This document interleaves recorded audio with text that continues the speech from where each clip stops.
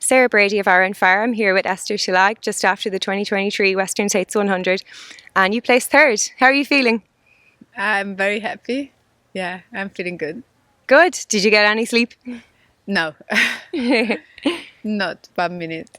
Yeah. Okay, too much adrenaline. Or maybe it's pain. Okay.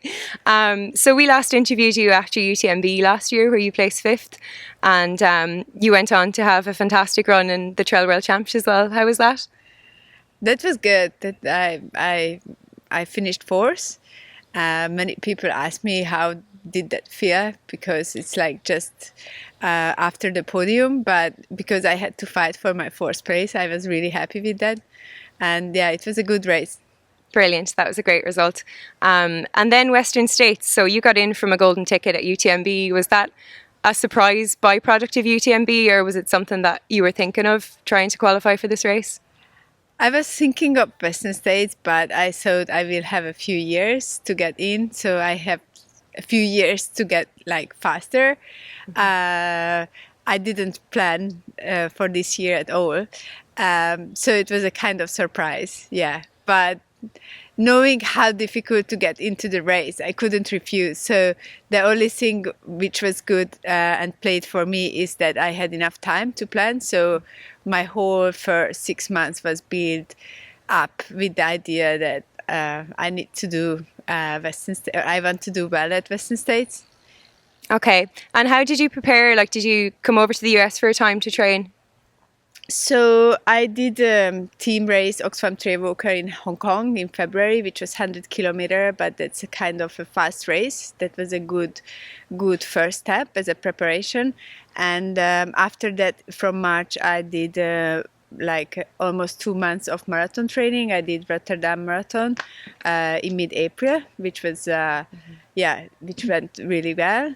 And then I switched to the last preparation for Western States, and then I came over for the training camp end of May. So I have been here for 1 month and was trying to go on the course as much as possible and get the elevation. And I have been talking to people. So yeah, that was I think also very useful for me.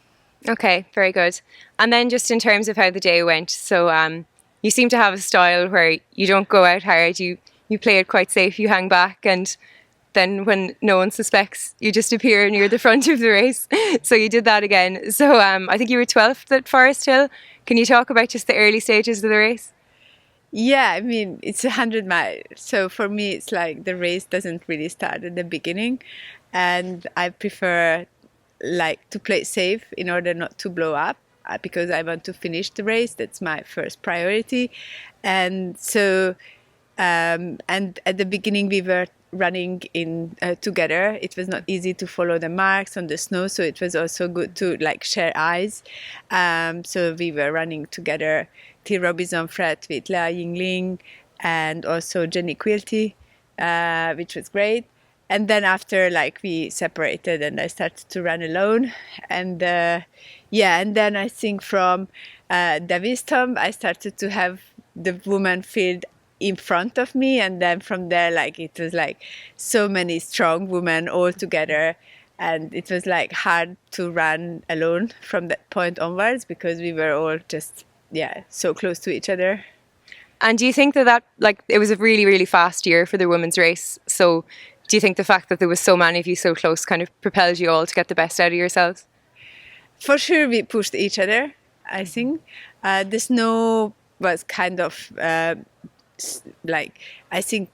slowed us down at the beginning, but after that, because the weather was so nice, it was not too hot, so that was for sure important, that to get good times, and then we were pushing each other. Yeah. Okay. And then at what point was it that you actually found yourself in third place? It was not till Rocky Point. Rocky Point? No. The last check.